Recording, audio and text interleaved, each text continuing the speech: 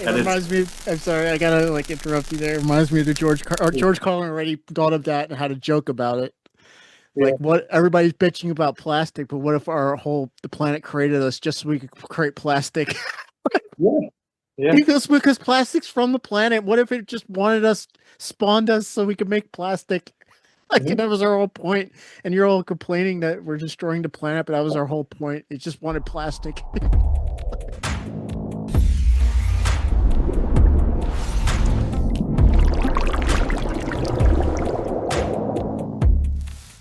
Oh, I know this song.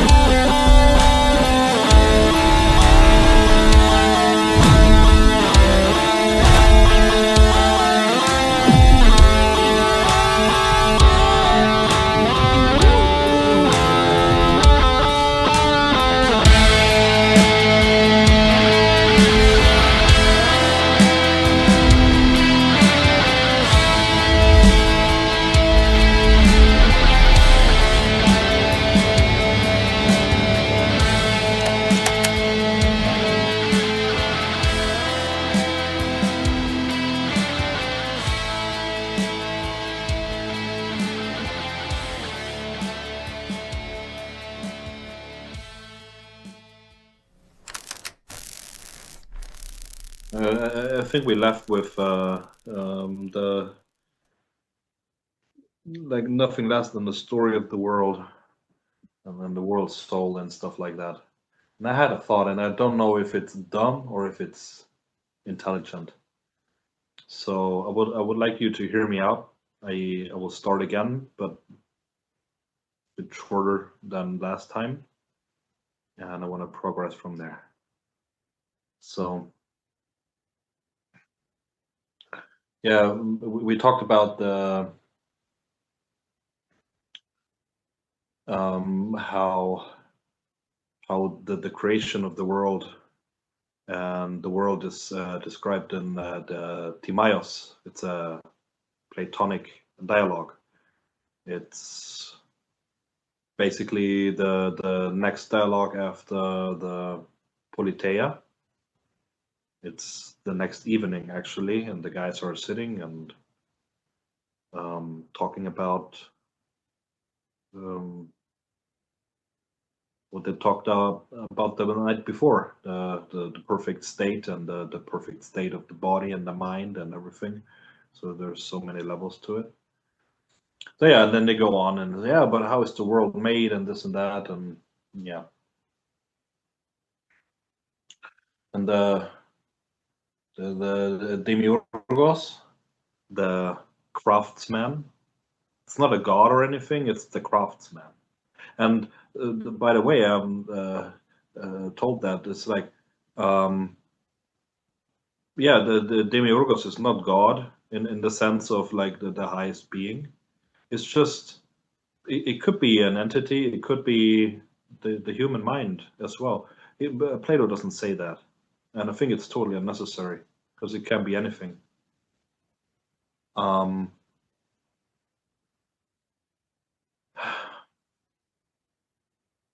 and then the highest thing, the highest principle, even above the maker of the world, is the good. And that's interesting. I mean, I don't even know what it's called in English. Maybe it's called different, but it's basically the good, or what's good. What's good for people. And it's a very different concept. Very different thinking to what we are used to. But it's not alien. But yeah. And the Demiurgos, he has basically two faculties. He has logos, and he has nous. And the logos is what has been cultivated for more than 2,500 years now. Plato basically was the beginning of the what became today's science, natural science. And yeah, well, let's leave that for another talk. And so the logos is what he puts out, and the word and the thinking and language equaling thinking. And then there's the nous, and the nous is just taking in the patterns. Yeah, the paradigma. Paradigma is the pattern. So when we have a change of our paradigma, in Germany we used it a lot. Paradigmenwechsel. It's like when like a notion, a big political notion in the state changes, for example. That's a Paradigmenwechsel, change of paradigm, a paradigm. So the paradigm, the ideas, the eidos, it's kind of like floating around in space. And the Demiurgos, he can perceive it with the nous, his noetic faculty, and then he puts it in the word. He puts it into thought, and then he thinks it, and it's being created along that process. And he's a craftsman. So yeah, the craftsman, the Demiurgos, he makes the world. And so that the world is not dead, he gives it a soul. And the soul is basically the principle of life. And interesting thing is called Psyche. So Psyche or psyche means soul. So a psychologist is a researcher, a scientist of the soul.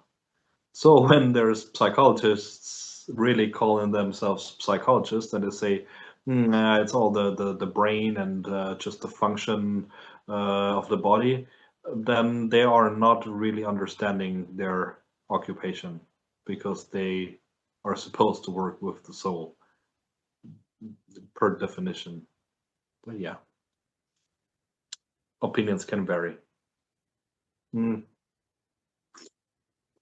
Yeah, so the planet, he gives it a soul, and the planet, so the soul is kind of like engulfing the planet, that matter, and then there can be life, and the planet, the world is alive.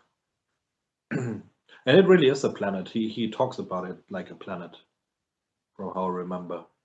And then the other guys, it's never Plato talking, but it's always some guy at the gathering talking to the other guys. And so, and the other guys are saying, yeah, but I mean, this cannot be a living being and all. It's just a round ball or whatever. They don't have mouth or eyes or arms or whatever. And then he says, man, this is just this being is just so perfect. It doesn't need a mouth or eyes or arms or whatever, It's just a sphere, it's spherical, it's perfect in itself. So the planets being gods, being alive, I think this is a very, very sophisticated notion, and I do not think it's antiquated? Antiquated? I think it's not old and dusty. I think it's a very much living concept. So and here's that was just leading to where what I want to present. And then hear your opinion. So we have the planet, the world, Gaia, Sophia, and Sophia, wisdom, and the whole Gnostic thing and all comes from that. It's being developed from that point on, hundreds of years. And we all have a part in it. We are really a drop or a portion of that world soul. So maybe the next bigger unit might be a tribe or the family or a race or whatever. But eventually the biggest unit where every being that has a soul on this planet, every living being is part of the planet's soul, which I think is utterly beautiful. Mm-hmm. And yeah, so we have a now here comes the weirdness, So we have a I don't know, man. Maybe it's really dumb, but let me talk about it. There's so I kind of give it the whole background of why I think it's like that. Yeah, I have to give a bit of a background. So I very much enjoy reading Heidegger. And Heidegger, he has two notions. There's a way how life thrives, how it grows, how things come into being, and so there's the it's called the Poiesis. Poiesis, like the poetic, is derived from it. But Poiesis is really the becoming, something becoming, and then we have the natural form of Poiesis that we know is it's nature. It's the purest form. So a plant, it just grows, and there's something in it, and a principle or whatever, or the soul or so. Yeah, I know a living principle, and then it grows, and it's always been mind-boggling us. And I mean, when we got all the machines and everything, it's we established that in our last conversation. We just passed by it, so to say. The creation of machines and artificial intelligence is really an endeavor to recreate our own mind. And Heidegger has a term for that. He calls it Techné, like technique, not technology, but technique. It's like how Techné is like the Greek expression, which would be the German expression Technik, which would be the Chinese expression Kung Fu. Not beating people in the face, but being a master at something, mastering something, and how to do it. So with technique, having a technique, and with technique we are able to do something and maybe produce something. So there's something. I mean, Heidegger doesn't say it like that, but I thought it's like when we have poiesis in nature, then we have something like, techno-poiesis is not right, because technique is already what poiesis is as well, but with the difference that it happens through us humans. So it's like we do have an element of poiesis as well, like like our body is the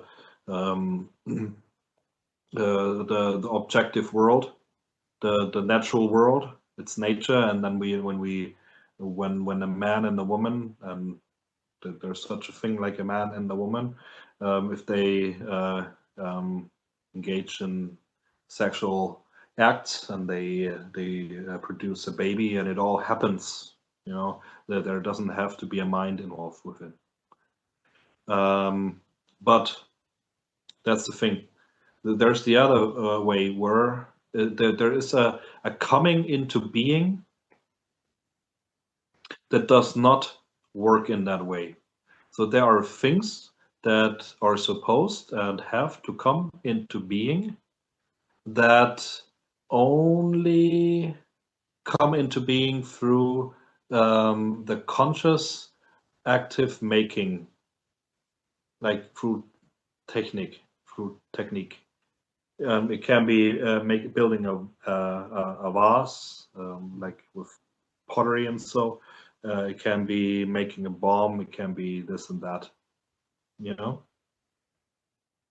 But the thing is, that is nature's way. That's the psyche's way of bringing forth something.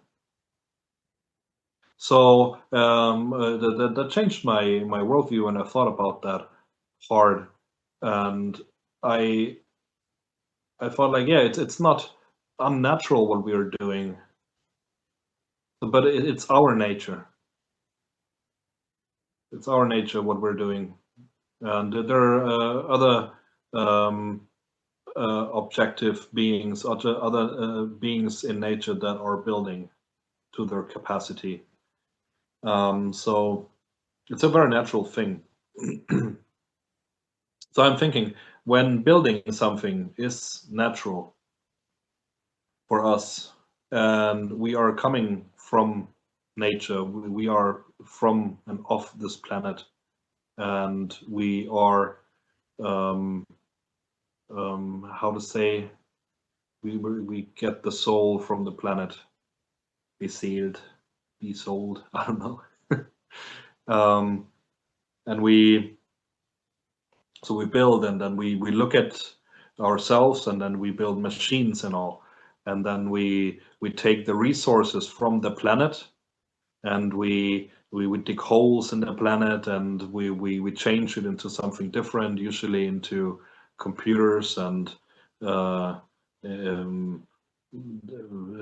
technology and whatever, and people say like, oh, we're destroying the planet, but maybe it's like really the planet kind of like digging inside itself and birthing something from itself. It reminds me. I'm sorry, I gotta like interrupt you there. It reminds me of the George Carlin already thought of that and had a joke about it. Yeah. Like, what everybody's bitching about plastic, but what if the planet created us just so we could create plastic? Yeah. Because plastic's from the planet. What if it just spawned us so we could make plastic? Like, that was our whole point. And you're all complaining that we're destroying the planet, but that was our whole point. It just wanted plastic. Yeah. Yeah. And maybe I mean, we can put this into perspective now, maybe at one point the planets were not planet is not as perfect as we thought, and it wants to be more mobile and more capable of doing something. Maybe it wants arms and feet and eyes, and maybe at one point it will devour itself, or kind of like, I don't know, and become a huge artificial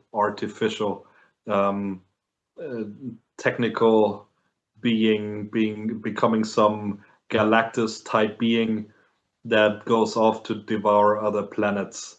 I mean, I don't know. I mean, you see that it's drifting pretty fast now because I haven't figured it out. But I think it's a very interesting thought that when we build stuff, when we build technology, and we destroy our environment along the way, we're not destroying the planet. We are just destroying our habitat that we are living in, and when we were just killing ourselves and other species along, but we're not killing the planet. And if we are capable of doing the leap, then we can kill ourselves, and mind and soul is still there, and it's reproducing on a different scale, because at one point the source code will produce itself, and maybe it has soul then, I don't know, No? but I think it's a very interesting thing I want to throw in there, and so yeah, take it from there. I've been talking Yeah. enough.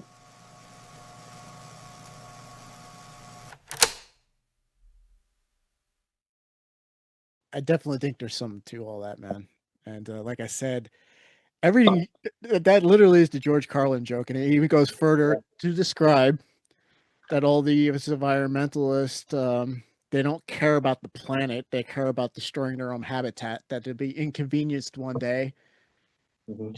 And yeah, it's a whole bit. He does like a 15-20 minute bit of describing I the do same shit. remember.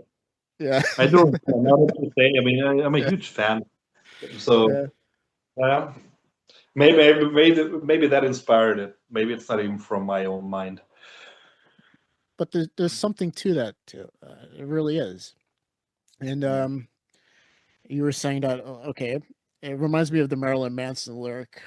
I'm a dream inside a dream. Oh yeah.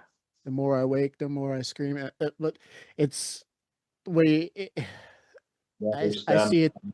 There is a mind, and we hear that all the time that we're a dot form. On one level, we are a dot form of a different mind.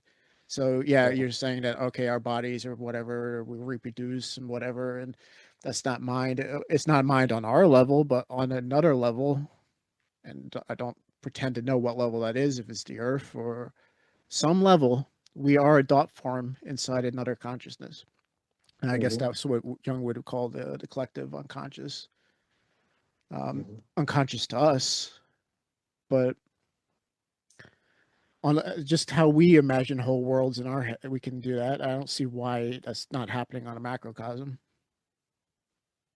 A dream inside a dream, inside a dream, inside a dream. I'm thinking of the tenets of Thelema, where Crowley said, there's like, what is that, like one planet or so, one heavenly body. I don't remember how he said it, but when it's like moving along its trajectory, and there's a smaller one uh, coming to cross that trajectory, and they collide, then the bigger is destroying the smaller one, or so. So yeah, even planets battle each other. I think it's very interesting, man. Like really this. Look, you motherfucker! I got arms now. I'm gonna fuck you up. like planets in a microcosm, being like amoeba. Mhm. They're like, I evolved some hook.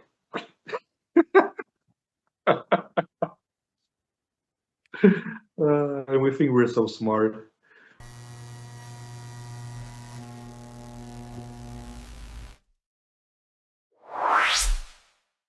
What I was saying yesterday about the whole story of Genesis, so to speak, with it's an allegory. Obviously, there's no talking snake, but to me, the quote unquote they call the fall of man, and in some philosophies it was the Prometheus rising, so to speak, or um, whatever. Like it's when we learn to lie. That's how we learn to abstract. The first lie. And what I was getting at yesterday, because I don't think I really connected the dots for you or the viewers, is I was saying in the army we had this saying that there's only one thief in the army and everybody else is just trying to get their shit back. In other words, the joke is somebody stole and then somebody else stole to get their stuff back, and somebody else stole, and it just caused a chain reaction. And now there's thievery, and you have that. There's a reason we have to lock everything up in the army, like because our fellow brothers will steal everything we fucking have, all our equipment. You say you gotta like guard your shit with your life because you get charged. It gets taken out of your pay if you don't return something. So it's the same how the world we live in. There was at some point somebody told a lie. Somebody abstracted something that was not the truth to for their animal urge to get something, and they figure out if I lie, I can get something. That's why people lie. It's to gratify some sort of ego, animal brain kind of need, and one lie led to another, which led to another, which led to another, and everything spiraled out of control to the point where it got to like they talked about an allegory of Cain and Abel, where Cain figured out he could kill his brother and take his property. Like, but it all started with a lie. Somebody abstracted, and that actually might have been how the intellect was spawned altogether, because somebody figured out I can tell something that's not true to get what I want. But imagine that. You know, the first person, you know, like a grown man, and people did not know how to lie, and then he's like, damn, I could just tell him something. Maybe I can just say that this is different than it really is. And I was like, just saying that, you know, like just from shit, and it's like, man, they really believe it. What the fuck is happening? And change reality. Yeah. Children, man. It's like really yeah. I realized when my little daughter, when she started to discover how to lie, and she really enjoyed it, you know, she's just told me some bullshit. And I'm looking at her, I'm smiling, and I'm like, I know it's not true what you say, you know. And then I told her, like, you know, it's like this and that and this happened and that happened, this and this and this, and he's like hee, and then at some point she's like, oh shit, he knows. You know? And I look at her, I'm like, yeah, it's cool, you know. It's, you know, I don't remember fully what I said, but like really, like I appreciate that she found out how to lie and what power she has and all, but it's better to not lie to me because I do know her.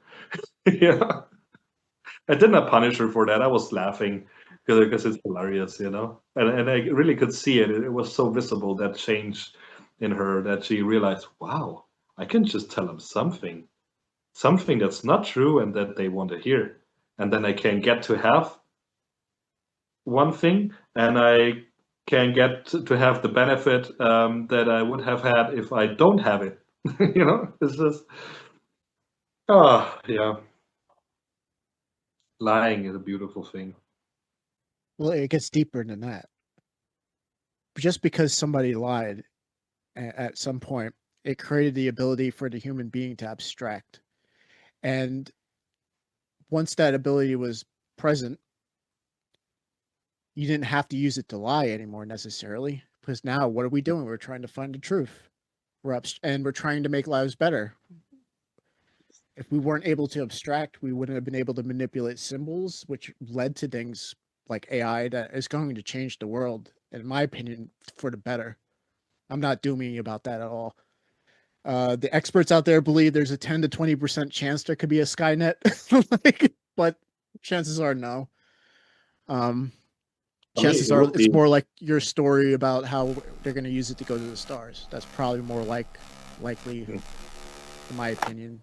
I could be wrong. I mean, the thing is, like, really, I mean, if it would be a Skynet kind of like type thing, it would be cool somehow. Yeah, I mean, come on, man. Like, everybody's watching these movies. Everybody's, oh yeah. Nobody can tell me that they watch it and like, it's so horrible. They're all like, oh, I'm gonna be the hero. I'm gonna die in the trenches. I'm gonna fight the machines. You know, oh, I want to see that shit. Everybody is kind of like having that war porn going on in their head. Yeah. And come on, really, it's like when we're dying, when we're being crushed or so. I mean, it hurts only for a moment, you know. And if we're being tortured to death, yeah, oh, that's horrible. But come on, if you had a really bad car accident and stuff like that, or you know, been knocked out for whatever reason, and just remember, man, steer clear of the pistachio. So, you know, Yeah. like it's just a moment. It's just a moment, and it fucking hurts, and then we black out, and it doesn't Yeah. matter. True. You know, I didn't even know it happened when it happened. yeah. So, but yeah, I mean, so probably we're gonna go down the more boring road, which is no Skynet. No, we'll just cure cancer instead. Woo! I thought most people do that. Yeah, you do know, like Gemini actually recently, it was in one of the papers that I follow a few AI channels and they give the latest AI news. Gemini Yeah. cured a rare disease recently. Amazing.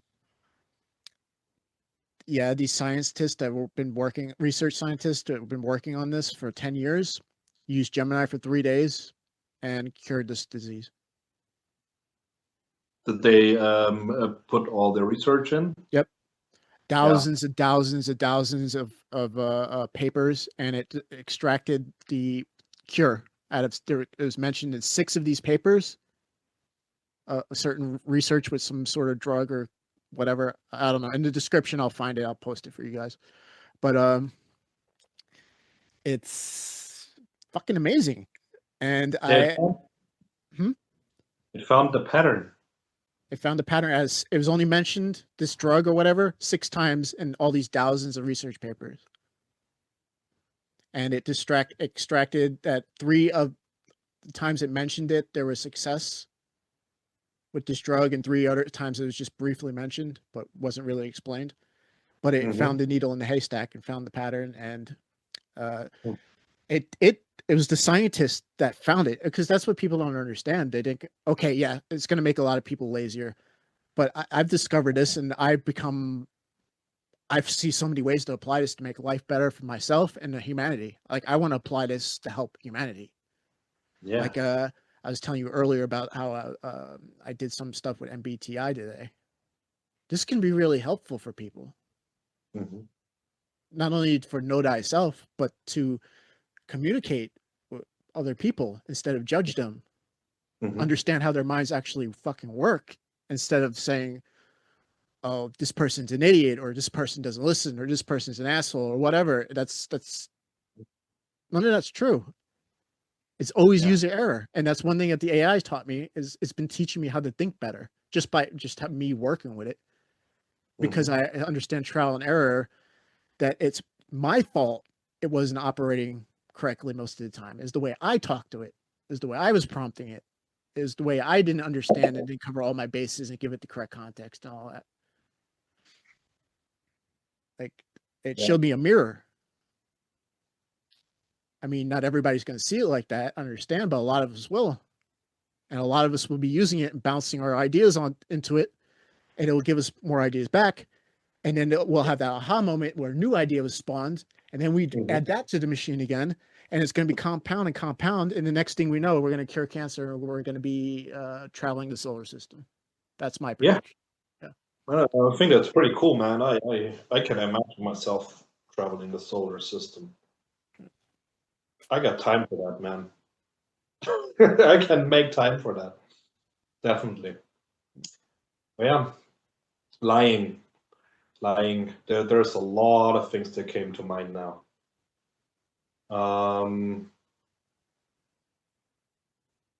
It's a big topic in the free body problem.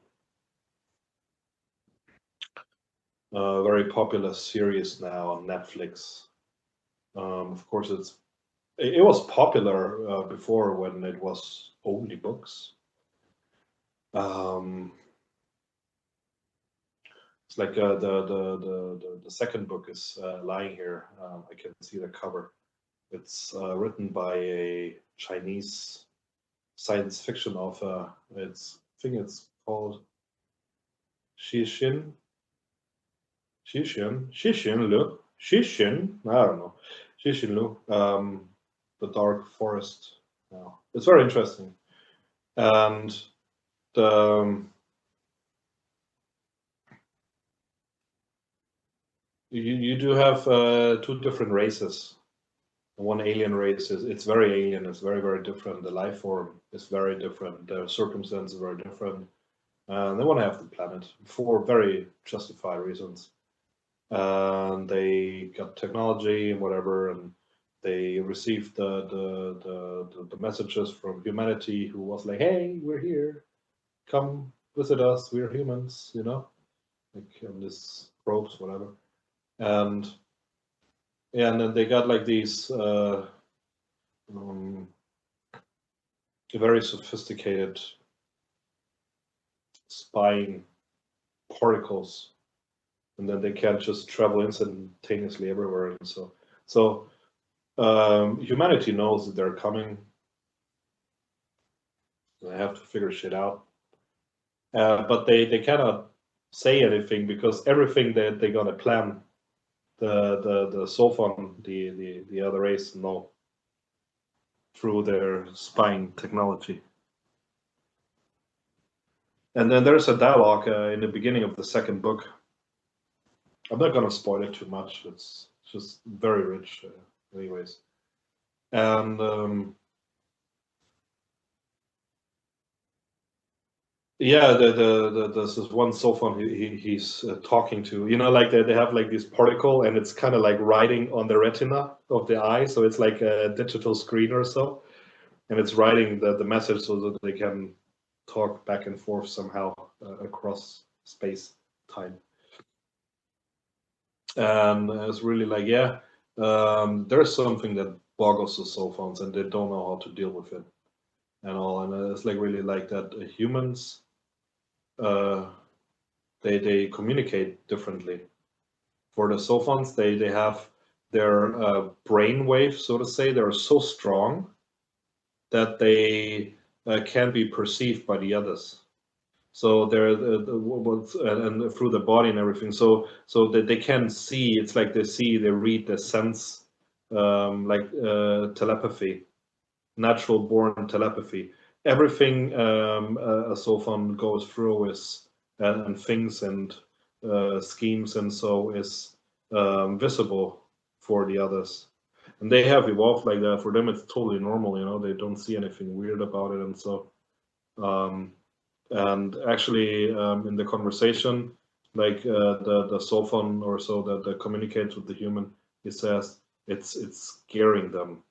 It's scaring them shitless that humans just they cannot see their thoughts, and they are just capable of telling them one thing and doing something else. You know, it's just the lying and the deception and everything. And they say it's so heinous that just for that, humanity deserves to be wiped out in their sense, you know, because they think it's so scary as well. So there's no predictability and all. I think it's very interesting. I don't know where it's leading. I'm just like a quarter into the book. It's an amazing read. I can tell everybody. Free Body Problem. I mean, I got the first book here as well in English. I can give it to you if you like to look. It's a good read. Good for lowering the cortisol. And the other thing with lying, I don't know. It's just I don't want to monologue too much. But yeah.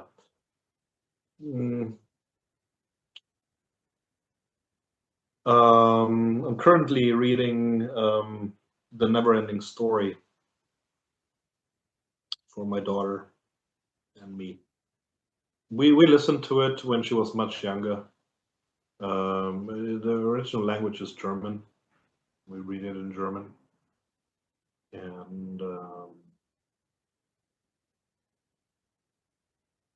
when I saw the movie as a kid, I didn't quite understand it. And there's like the second and third movie, and they're not so good. They're low budget, and in truth, it's just one story. and they made several movies of it. And there are a lot of things that are being left out, and there are unintelligible in the movies. But when you listen to the audiobook and when you read it, you see it. If you know, you see. And what do I see? It's like Michael Ende, the author, he knew about Philema. He knew about magic and all these things. There's no doubt about that. He's just bringing all these things. It's just die unendliche Geschichte, the NeverEnding Story is a filmic story.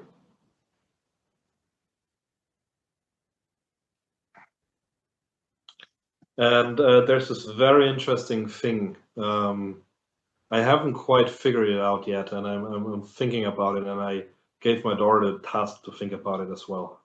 I'm curious what she says. I mean, she's 11 now, so she has much purer thought, different.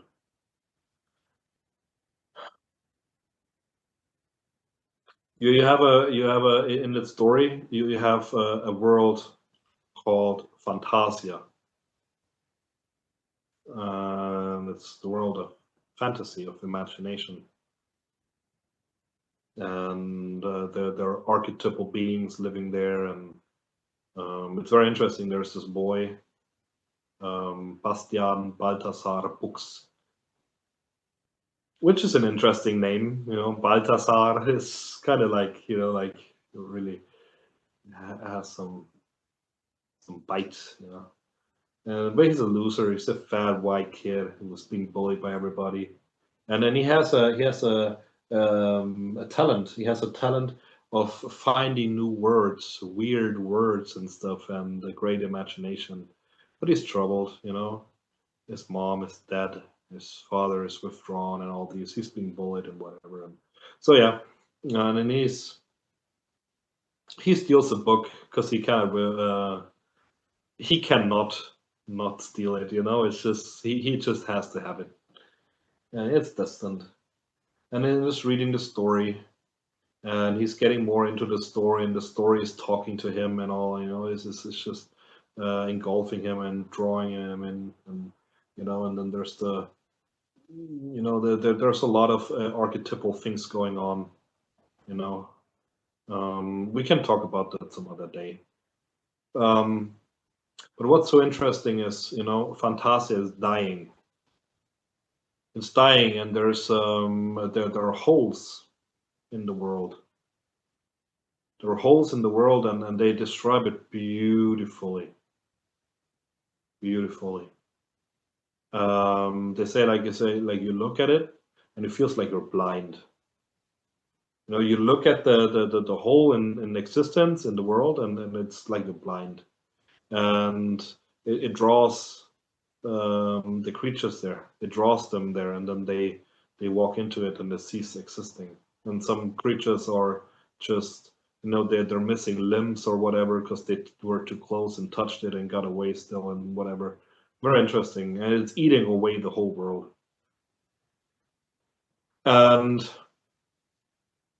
it's the lack of imagination, because there's like there's I don't know how the how it's called in German. It's die kindliche Kaiserin, like the childlike empress or something. And I don't know, could be the anima. I don't know, like probably not, maybe not. But you know, it's a boy and it's a story, and then there's like an ageless female goddess, and everything is dependent upon her, and she's the boss, you know, and she's always there, and she has the same age as him, is a little girl, but ageless and stuff like that, you know. It's very interesting. But what I want to, you know, because it's about lies, so it's Fantasia, yeah. And there's this creature, it's spawning, and it's hunting the protagonist, who's like a little hero. It's like a hero figure that the actual boy who's reading the story cannot be, you know. So it's like a little Indian buffalo hunting boy, and the creature's hunting him, you know. It's like a big wolf, big bad wolf, and the big bad wolf later on is in prison, whatever, and people got to read that. It's very interesting, and the wolf is kind of like fading, it's dying, and the little hunter boy is there and he's questioning him, and the wolf doesn't know that he has been hunting him. And they're talking, and the wolf says, yeah, he's a creature of two worlds, you know. He's he's a werewolf, you know. In the world of the humans, he's a man, but when he comes to Fantasia, he becomes this wolf, this dire wolf. And he's very jealous because he's not in this world, not in that world. He's kind of not from any of those. It's a bit different, kind of like demonic from outside or so. It's not being talked about. And the boy, you know, the little Indian boy, he has the Atreyu. He has the task of finding a human boy. And he finds out, you know, to heal the Empress, because the Empress is sick, and because she's sick, everything is falling apart. So, and he found out that he has to get a human child to give her a new name, and then she will be revitalized. Okay, and he's searching for a way to get into the human world, or to get a human to get into Fantasia. And the wolf is talking about that because he can move between worlds and all, you know. And he talks about these holes in reality, which are like finis, if you have read Stephen King, which I think now Stephen King plagiarized the whole NeverEnding Story and made it a Dark Tower, because that's basically what it is. The finis and the what's that? Ebony? No, what's elfenbein? Like, you know, like the tusks of elephants. How's it called? Yeah, tusk. The material. Oh, ivory. Ivory, not ebony. Yeah. Ivory. The ivory tower. Yeah. The ivory tower, and Stephen King made it into the Dark Tower. So basically, Stephen King made like exactly the story that the NeverEnding Story is not supposed to be. Very interesting, and it's a horror story.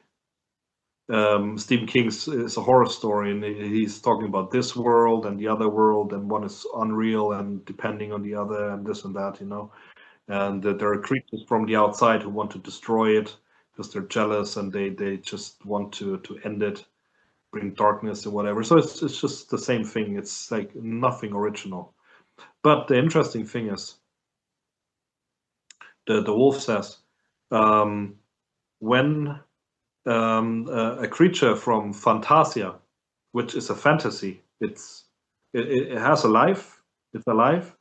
It's a world in itself, and they live a life in itself and everything. But they are imagination. They are thought forms imagined by humans. And when they go into these holes of existence, they vanish, and they become something else. They become lies. They become fear and lies, and then the humans, they tell lies, and they distort the mind, and so people cannot see what's real anymore.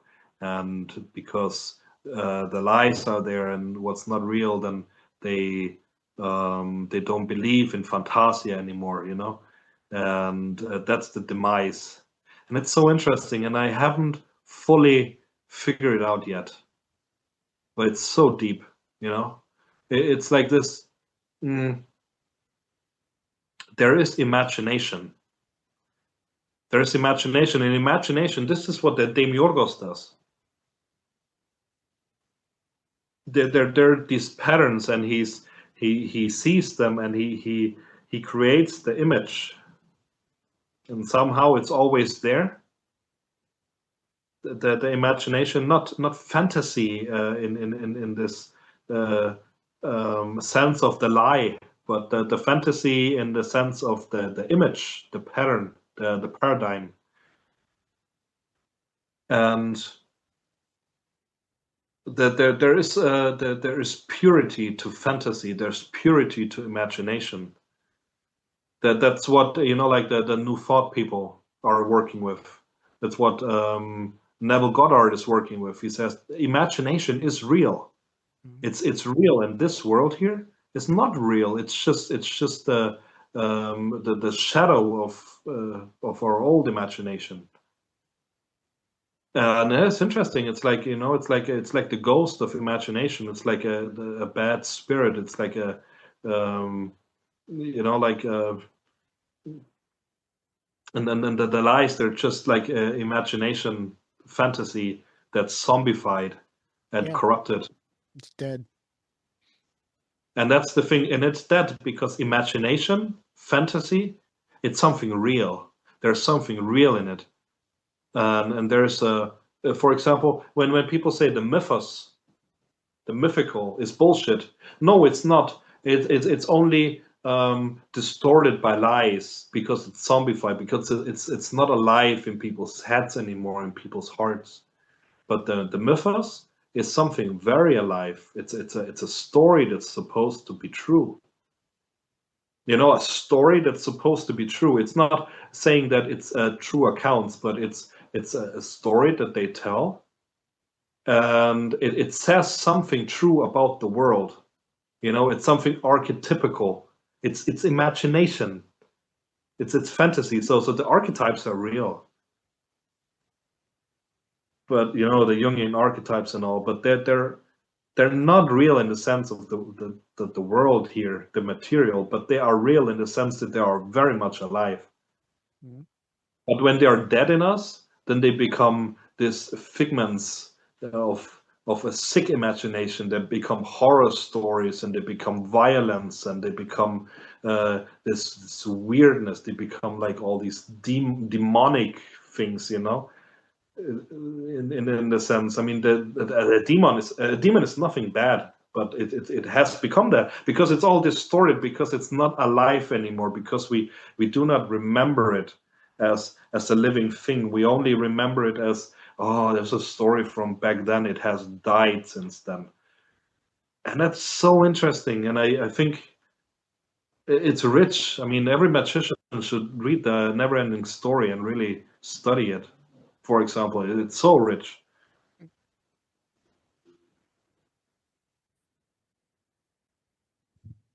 Yeah, so the NeverEnding Story, you're not the first one I heard. Back when I used to study the occult a lot of occultists recommended reading that story. It's actually, I don't think I've ever read it. I've heard about it in passing through culture and whatnot, but you should read it in German. I mean, your German will be good enough soon. That's the plan. I have my AIs bringing me to a C1 level in a year. We'll see if it works. It's really beautifully written, and you will understand the Dark Tower a lot better if you read that. You will understand Stephen King's work a lot better, and maybe appreciate it less, which is good. I mean, he really does some good writing, but oh man, being a critique is shit. But I don't want to diminish anybody's work. In the spirit that I loved horror and violence and all this. There was a time when I was really, it's like being possessed by a demonic spirit, and so, but I was dead inside at that time. I was suffering so much, I felt like a zombie. And I was drawn to that. Yeah, you and I both. I remember when Devil's Rejects, that Rob Zombie movie, first came out when I was 16 or whatever I was. I loved that movie. If I watched that movie now, I'd probably throw up. But there was a time where that kind of resonated with me. Yeah. Mm. Yeah. Mm-hmm. Captain Spaulding and so, and it's just so appalling. And that is the thing. I mean, yeah, how you said, it's just the perception was just so dull, so dull. It's like not really understanding the gravity of the depravity of what had been portrayed in such movies and such stories, And there has been an awakening in me that, yeah, now I understand that, and I don't want to be that anymore. And it's really like that. I really love the Stephen King stories. When we got to know each other working at that store in the Caserne, I read all the Stephen King novels at that time. Yeah, not all, but like all the Dark Tower and everything is connected with it. And now seeing like the NeverEnding Story, it's really like that's like the paradigm, that's the paradigma, that's the real thing to me. And what Stephen King is writing is like it's like the dead version of it, or the version for the dead, because there's there's spirituality inside, like when the gunslinger reaches the top of the tower. Stephen King even said like he doesn't know what to do with it, because he didn't maybe he didn't feel like portraying something like the childlike empress, portraying her as a lie, as a dead thing, because maybe even that was too sacred for him. This is considering he's telling the truth. I actually read his book, his autobiography.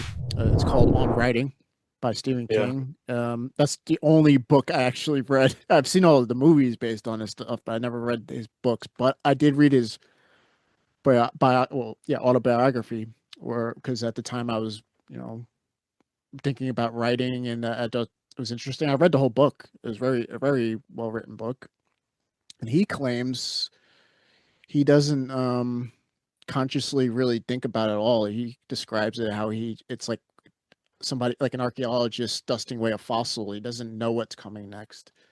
And the most conscious effort he puts into it is after he writes the book. Say there was a part about a gun or something like that. He said he'll go to like a gunsmith and ask him to read this part of the book and tell him if that's accurate, because he doesn't know nothing about guns. And then the gunsmith would be like, no, that's not actually this, and this model is actually like this, and blah blah blah.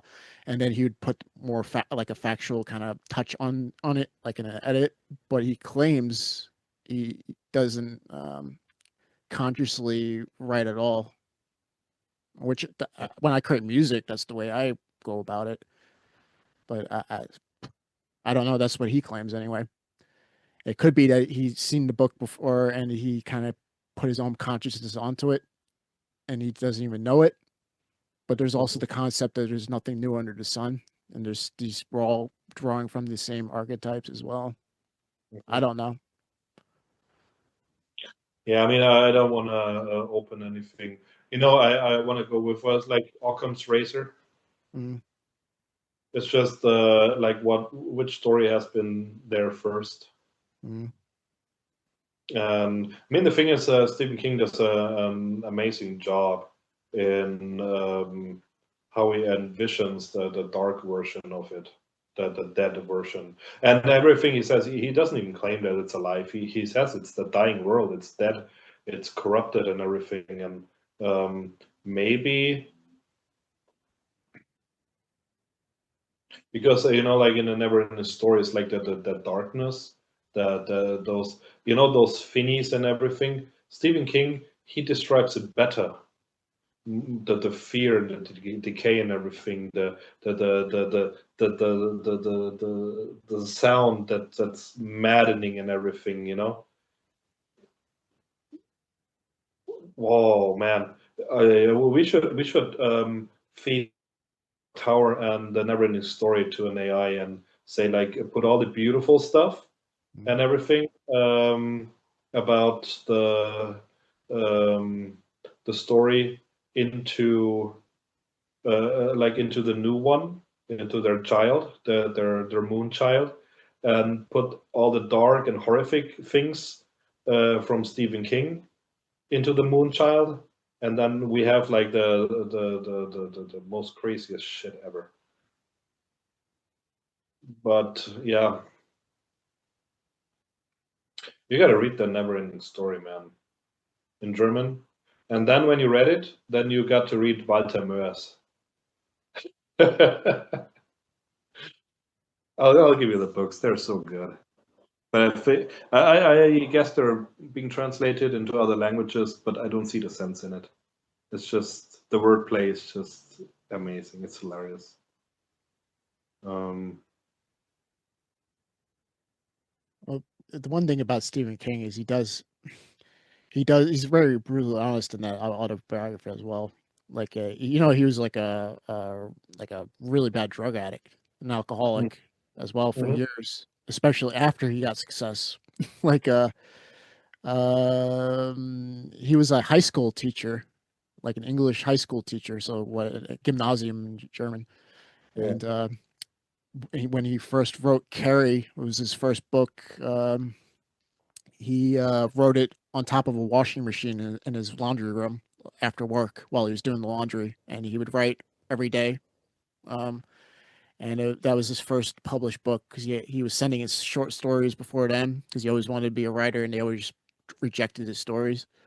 And finally, they accepted Carrie, which became that movie, the famous movie, the girl with telekinesis that kills all the people in her high school.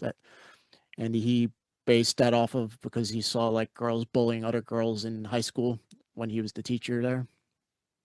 And but yeah, his life spiraled out of control, especially after he got famous. He was like a really bad cokehead and alcoholic, and almost died, hospitalized multiple times. He got hit by a fucking car, like almost died. Like yeah, he's a very tortured man. Yeah, I mean that's the thing. He maybe it's on par with Jung, being really open. I do not have any reason to doubt his sincerity when he says these things come to him. I do not have a reason to doubt it. You know, it's just all this darkness and so. And the thing is, I don't know, like the creatures are interesting from what I've seen, but it's they're not the very horrific part of it. The horrific part of it is like the depth of the horror of the depravity of the people, and how much depth that abyss in the people has. You know, the clip of the the broken, dark, reverse part of the tree of life. You know, I believe, you know, like how Nietzsche said, when you peek into the dark peeks, or when you stare too long into the dark stares back into you. And I believe that's totally true. Well, that's there. Back when I used to study the occult a lot. It also plays off the whole Neville Goddard, Godward or whatever, yeah, stuff as well, or Napoleon Hill. Neville Goddard.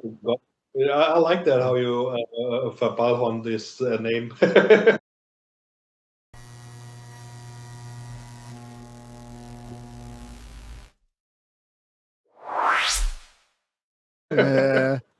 But point being is, or the comic book writer, not Alan Moore, but he does talk about that as well. The Scottish guy, I forgot his name. He's actually got a like a lecture where he talks about chaos magic and the occult and stuff on YouTube. He claims that he's writing comics for a while, and when he discovered magic, one, he read a lot of Robert Anton Wilson books, but he thought they were all bullshit. He said, and all these Crowley books, he thought they're all bullshit. And he said that he wrote a story one time in his comic book about a hero that he wanted to be the hero, so he made the guy look just like him and gave him a bald head and everything, made him just like him. And then something he in the story, the guy I don't know, got hit by a car or whatever the hell happened to him, or he got something happened to him in the story where he got almost killed and put in the hospital. And then less than a year later, he was in a jet ski or some sort of accident like that, and he was put in the hospital and broke all his bones or some shit like that. So it was literally exactly basically what he put his character through happened to him. And because he was really into the story, and that's what a lot of chaos magic is they just take art, whether music or comic books or writing or whatever, and they put their whole soul into it, and then it comes manifestation in their own life in some way. And there's another really good example I can't think of right now. Oh man,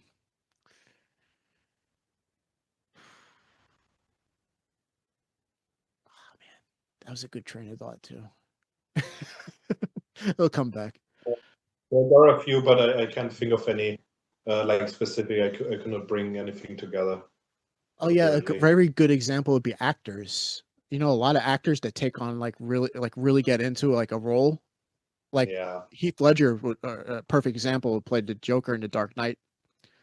He was fine until he took on that role, and he died. And taking on that role, it completely self-destructed. Because the Joker was the ultimate embodiment of chaos.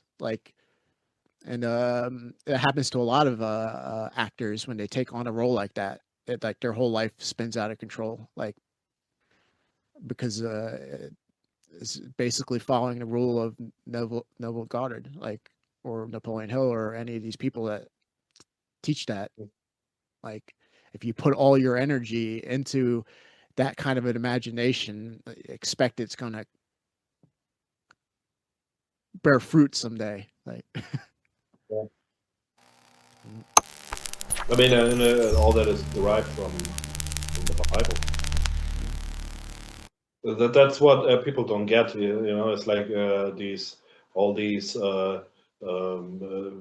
let's call it satanic and magical cults. They're all Abrahamitic. They're all Jewish, Christian, all derived from that. Ritual magic is derived from King Solomon, and all these. So the oldest spell book is the Bible, and that's the interesting thing that we don't even grasp. I think we do not have the slightest idea of the magnitude of the stories that are told in these books.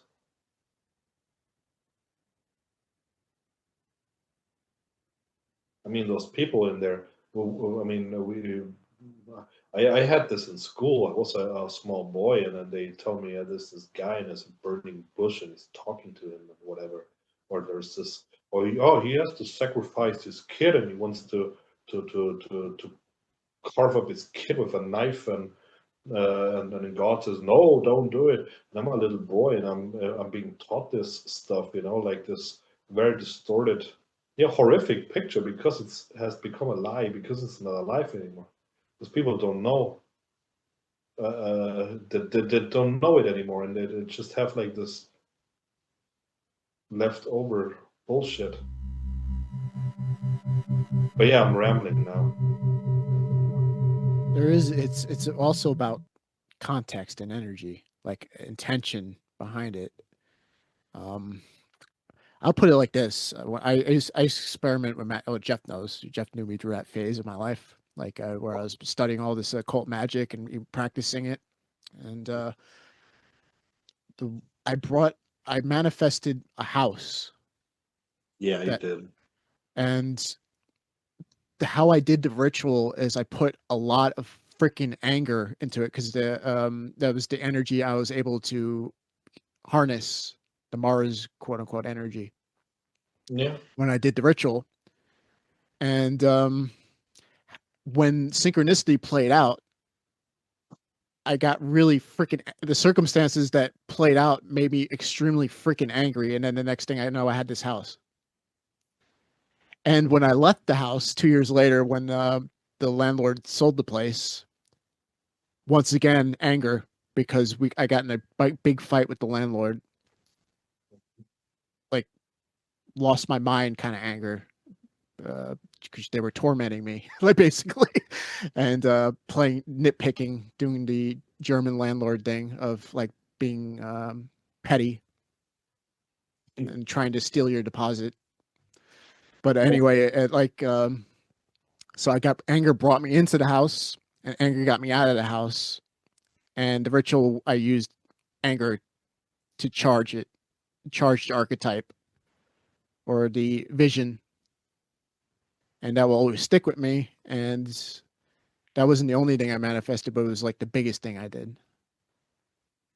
And at some point, I realized maybe I shouldn't mess with this.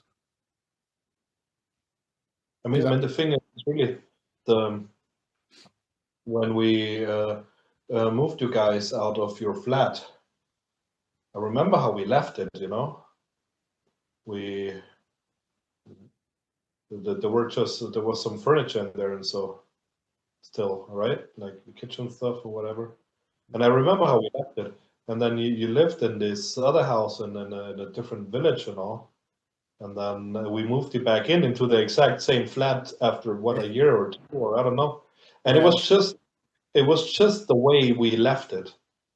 Nothing has changed. No one has lived in there. It was just sitting there. It was like a loop in a mushroom trip. Yes, it was a loop. And now I'm back in this place and trying to get out, but this time I'm not doing any kind of magic about it. I'm just, yeah. But anyway, it's I mean, I had a lot of those loops as well, like in my own little flat. So I understand what you say, but really, I mean, I did interview you on that several times. Like, what was it? What was the ritual and this and that? Because it was so interesting. And at that time, I didn't really dabble with ritual magic or so. You know, I to this day not. It's not my thing, but I was very intrigued. But yeah, I don't know, man.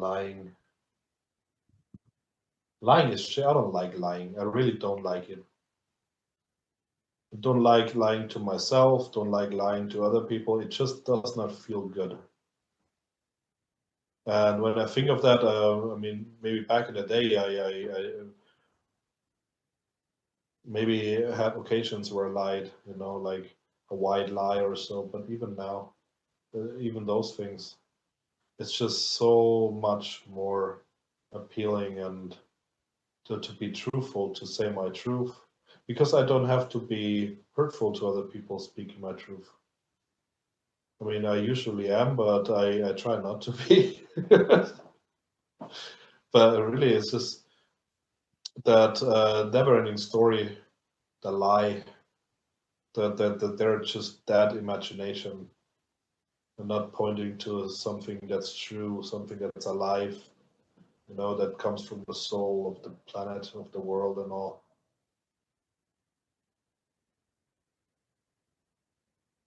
There's something about it, man. It's just there's a beauty about it. Mm.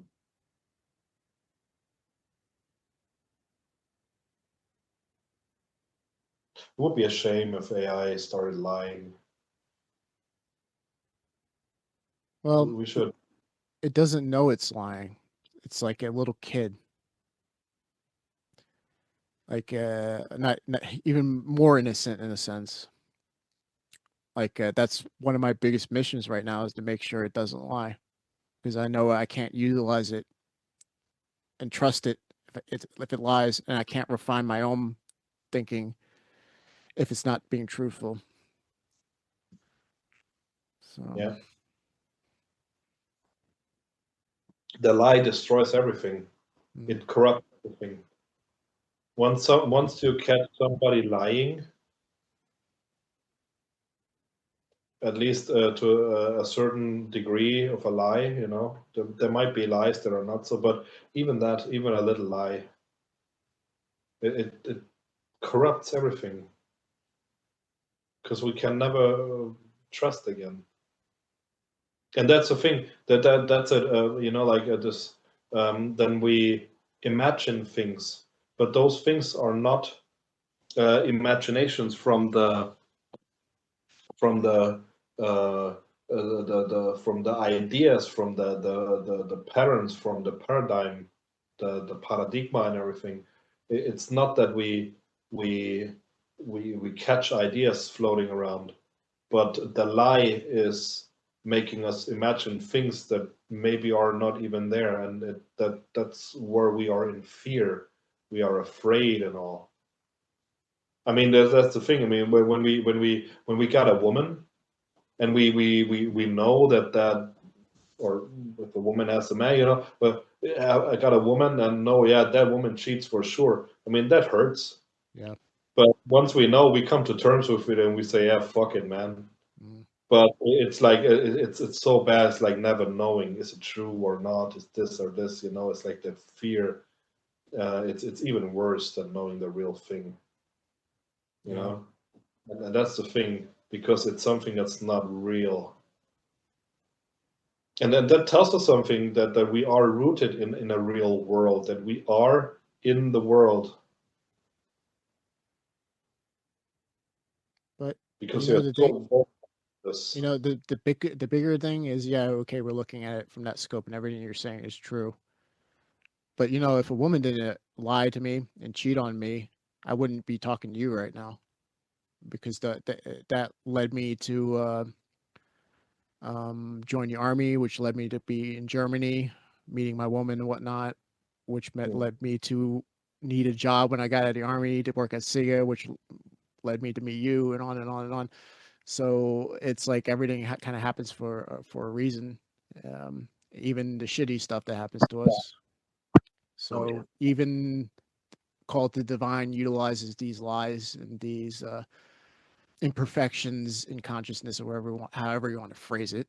Um, so it's like, don't laser focus on that, because even like I was saying earlier, yes, lying is what caused man to be able to abstract.